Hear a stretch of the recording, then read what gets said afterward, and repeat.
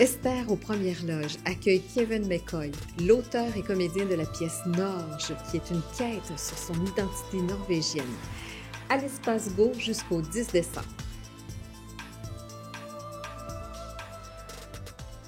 Bonjour Kevin McCoy. Bonjour Esther. Bienvenue à Esther aux Premières Loges et merci de nous accueillir dans votre si beau décor ici à l'Espace Go. C'est magnifique, vraiment. Donc, vous avez déjà commencé, vous avez eu votre première, je crois, c'était hier ou avant-hier? On a fait deux premières. Deux premières. Une première publique mardi soir et une première médiatique mercredi soir. Donc, aujourd'hui, on est jeudi, de la pièce Norge. Oui. Une pièce que vous avez écrite. Oui. Et que vous jouez. Vous êtes l'unique comédien? Je suis l'unique comédien, mais je suis accompagné par un pianiste sur scène. D'accord. Qui joue les pièces lyriques d'Edvard Grieg. Ah, OK. Qui accompagne toute la pièce. Pas mal. Elle ne joue pas à chaque moment, mais elle est toujours là. D'accord. C'est une présence importante. D'après ce que j'ai compris, vous êtes un comédien qui est natif des États-Unis, oui. Américain, donc de Washington, autour de... Je suis né à Seattle, Washington. OK. Et vous êtes issu de plusieurs... en fait, vos parents sont nés aussi aux États-Unis, oui. mais vous avez une descendance, d'après ce que j'ai compris, irlandaise, alsacienne, allemande, slovaque. Oui. Ah, bien recherché. Oui, j'ai fait une bonne recherche. Et norvégien. Oui, et c'est voilà. Ça. Alors, j'étais étonnée à la fois que vous ayez tout ça et que vous ayez décidé d'aller directement faire des recherches, parce que c'est le sujet de votre pièce, sur votre ascendance norvégienne. Bon, il y a plusieurs raisons pour ça. D'abord, ma grand-mère venait de la Norvège. Donc, c'est la personne le plus proche à moi au niveau du sang dans mon arbre généalogique qui a immigré. Ah, d'accord. C'est la mère de votre mère, c'est exactement. Ça? OK, là, je vous suis, oui. Oui, et elle est décédée quand j'avais 4 ans. Donc, je ne le connaissais pas beaucoup. Mais je pense que ma mère avait à peu près 26 ans quand sa mère est morte. Et elle m'a parlé de sa mère sans cesse. C'est normal, elle s'ennuyait de sa mère. Sûrement. Mais ça a créé une sorte de mystère. Et ça m'a donné une quête que je devais faire dans ma vie, d'aller en Norvège. Personne d'autre dans la famille est allé en Norvège après qu'elle est venue aux États-Unis en 1919. Je suis la première personne d'y aller. Donc, c'était vraiment pour ces deux raisons-là. Le fait qu'elle est morte quand j'étais jeune et aussi qu'elle était immigrante comme moi. Donc, vous l'avez presque pas connue? Non. Et votre mère l'a quand même peu connue. 26 ans, c'est quand même très jeune pour oui, perdre sa mère, finalement. Oui. Elle s'ennuyait énormément de sa mère. Sûrement. Mais ma grand-mère s'ennuyait beaucoup de sa mère aussi. Ah, vrai? Ben ça oui. crée je dirais, la ligne maternelle dans ça. Parce que ma grand-mère est venue aux États-Unis en 1919 et elle était le seul membre de sa famille de venir ici, à 14 ans. À 14 ans? Oui, c'est ça. C'est ce que je me suis dit aussi quand j'ai découvert ça. Personne dans ma famille connaissait son histoire. C'était comme un chapitre fermé de sa vie. Un grand mystère. Oui. Ah. Et évidemment, elle était une personne très douce et très discrète. Et donc, elle ne voulait pas parler de son passé qui était peut-être difficile quelque part. Donc, elle a juste continué, comme beaucoup d'immigrants font, même aujourd'hui. Il faut se débrouiller maintenant, apprendre une nouvelle langue, commencer la famille, travail, etc.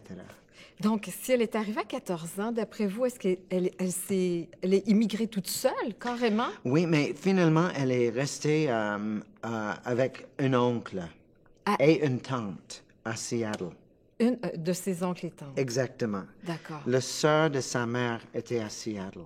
Ah, OK, donc c'est pour ça qu'elle est venue. Oui, elle est venue, mais tu sais, elle a fait le passage quand même elle-même. Toute seule. Et plein de mystères dans ça, comment elle s'est rendue à Seattle et tout ça. Et, C'est très intéressant. C'est plein de mystères. C'était comme moi, quand j'ai commencé la recherche, je vivais un polar sans meurtre.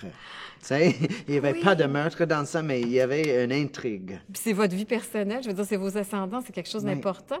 Oui. Est-ce que vous avez trouvé toutes vos réponses?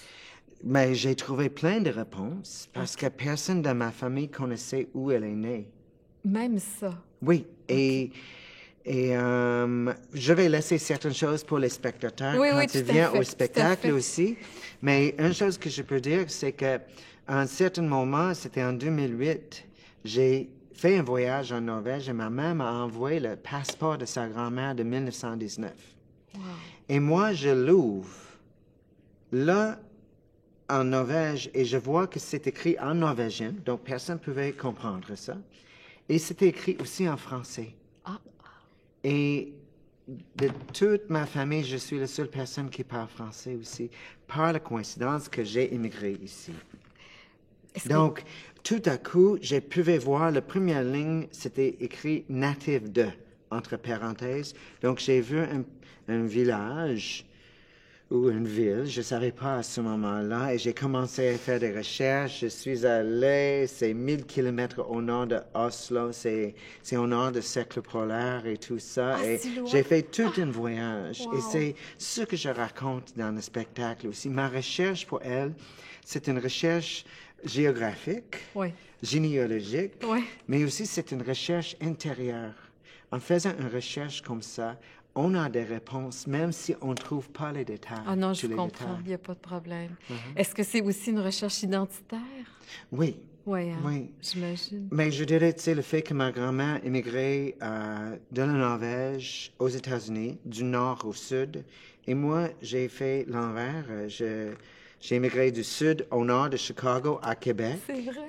Et à un certain moment dans mon parcours, je me suis demandé pourquoi je suis venu ici. Mais j'avais les réponses pour ça. Mais en faisant la recherche sur ma grand-mère, les réponses sont devenues beaucoup plus claires. Beaucoup. Ah oui. Comme je dirais, quelque chose est nordique en moi.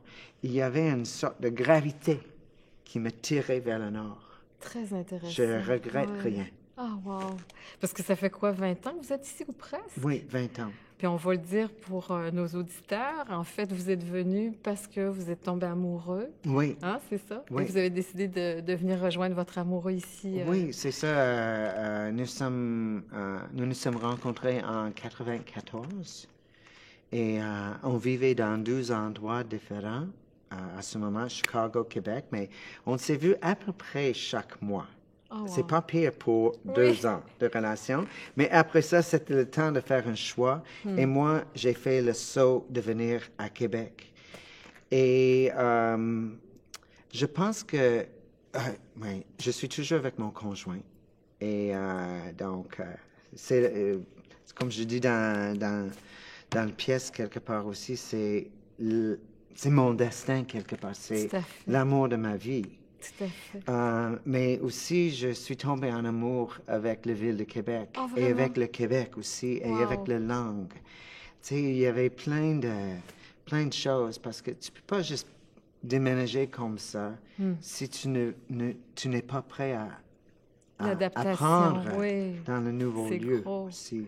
Donc, c'est ça, vous avez fait une aussi, ou presque aussi grande adaptation. Néanmoins, vous aviez un âge beaucoup plus mûr que votre maman, Oui. votre grand-maman, pardon. Oui. Voilà. Oui, parce qu'elle a émigré à l'âge de 14 ans et moi à 34 ans. Ah, voilà, 20 ans plus tard. Oui, donc c'était plus un choix Oui. de ma part. Un choix, l'amour. Pour ma grand-mère, il y avait une nécessité. Et on ne pense pas comme ça aujourd'hui, mais la Norvège, à cette époque, était très, très pauvre. C'était un des pays les plus pauvres au monde. Les gens mouraient de faim. 1/3 de la population a immigré pendant le 19e siècle. C'est pour ça qu'on voit des grandes populations norvégiennes dans des villes comme Chicago, Minneapolis, Seattle, même à New York, Philadelphie. On voit des grandes populations des Norvégiens. OK. Donc, c'était une autre époque où il y avait une nécessité aussi. Oui, je comprends. Un peu comme les Irlandais pendant la famine. Oui, tout à fait. tout à fait. C'est presque la même époque, d'ailleurs. C'est très intéressant. On va changer un petit peu de sujet. Absolument. Vous êtes l'auteur et vous jouez en même temps. D'abord, je crois que c'est pour votre première pièce. Vous en avez fait plusieurs autres. Hein? Vous avez écrit avec Anne-Marie Olivier? J'ai pas écrit avec Anne-Marie. Non? Mais j'ai dirigé Anne-Marie et j'ai fait des conseils dramaturgiques. On a travaillé étroitement depuis 20 ans ensemble. Ah oui. Donc, elle a même collaboré un peu à cette pièce-là. C'est vrai. Parce que sa création, c'était au Théâtre du Trident, où elle est directrice artistique. Et elle m'a donné beaucoup d'aide au niveau de la langue pour la pièce. Ah, merveilleux. Oui. Parce qu'en soi, incarner le personnage principal, c'est ce que vous faites, d'une pièce qu'on a écrite, c'est quand même assez lourd à porter. Oui. Mais c'était nécessaire dans cette pièce. Parce que pour moi, la mise en scène est aussi l'écriture. Oui, c'est sûr. C'est pas séparé d'écrire la pièce et de dire, OK, quelqu'un me met sur scène, comme la neige qu'on voit ici, c'est un élément important à la pièce. C'est nordique de toute façon. Et on se sent chez nous. Mais c'est très important, cette écriture scénique. L'écriture d'amener mes camarades, comme le piano qu'on voit derrière moi aussi. La musique dans la pièce, c'est mes suggestions, mais j'amène une équipe et on a un dialogue ensemble. C'est comme ça que je crée mes pièces. Ah, wow. Oui, je lead, je dirige, mais on travaille ensemble. Et je suis bien entourée aussi. Anne-Marie était là, comme on a mentionné, mais aussi mon ami Olivier Kemed. Olivier Kemed, oui. Aussi. Qui est directeur artistique du CAAD. Directeur artistique de Katsu maintenant. Ah oui, aussi, c'est vrai. Ça, c'est tout récent. C'est vrai, non, je me suis trompée de personne, en effet. Oui, et aussi Robert Lepage, qui est à Québec. Oui. Votre amoureux. Oui, et Robert, c'est normal, c'est des gens qui m'entourent à Québec ou à Montréal, et c'est normal de demander à nos amis de venir voir notre travail. Tout à fait. Mais c'est une belle complicité. Oui, je suis la personne la plus chanceuse au monde.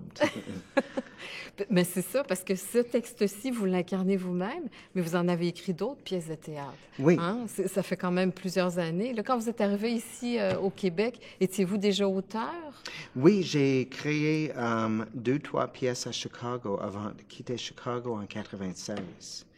Donc, mon premier spectacle solo était en 92, que j'ai amené à Édimbourg. C'est la première fois que je suis sorti de mon pays à ce moment-là, Chicago, Édimbourg. Et j'ai créé un autre en 96 et je pense j'en ai créé 2 en 96, en fin de compte. Donc, c'était déjà embarqué. À ce moment, j'ai créé 16 pièces. Et des fois, je dis dans les 16, c'est moi qui ai écrit, ou des fois, j'ai participé à l'écriture, comme avec Ex Machina ou comme avec Anne-Marie. Je considère que je faisais partie de la création. Oui, je comprends. De créer une œuvre. Donc, vous avez beaucoup d'expérience et ce n'est pas la première fois que vous incarnez les personnages que vous avez écrits. Oui, mais dans cette pièce-là, c'est moi sur scène. Oui. C'est carrément moi. Dans la pièce précédente de ma compagnie Théâtre Humain, la pièce s'appelait Ailleurs. Et j'ai fait 35 entrevues avec des immigrants qui habitent la ville de Québec. Wow. Et donc, dans cette pièce, je me suis librement inspiré de ma vie personnelle, mais j'ai pris le personnage d'un documentariste parce que ça m'a laissé entrer dans le monde documentaire très facilement et c'était même théâtral. Donc, mais c'était moi sur scène aussi. Donc, c'est ma façon de prendre la parole quelque part aussi. Oui, je vous suis complètement. Puis vous semblez aimer beaucoup, d'ailleurs, avec le nom de la compagnie de théâtre, Théâtre Humain, vous semblez aimer beaucoup aller vers l'humain en tant que tel, mais aussi dans l'ouverture vers l'autre, vers les immigrés, tout ça. Je trouve ça intéressant parce que en soi, vous êtes la réunion de plusieurs peuples. Et c'est le réflexe que vous avez dans votre art aussi. Oui. Mais vraiment, le but de ma compagnie, c'est de créer des ponts entre les différentes cultures de notre monde. Et c'est ce que je cherche à faire dans la vie aussi, parce que on a assez de destruction des ponts dans la vie aussi déjà. Donc, j'essaie d'en construire. De nouveau, c'est merveilleux. Avec le dialogue. Avec le dialogue. Je vois le théâtre comme une conversation, un dialogue avec le public. C'est pas sens unique. C'est très intéressant. Donc, c'est une forme de vocation, finalement. Mais bravo. Donc, on peut vous voir ici à l'Espace Go jusqu'au 10 décembre. Jusqu'au 10 décembre dans la pièce de théâtre Norge, que j'ai très hâte de voir pour ma part. Oui, mais on a hâte que vous venez aussi. Merci. Merci beaucoup, Kevin. Merci. Freud. Merci. Merci.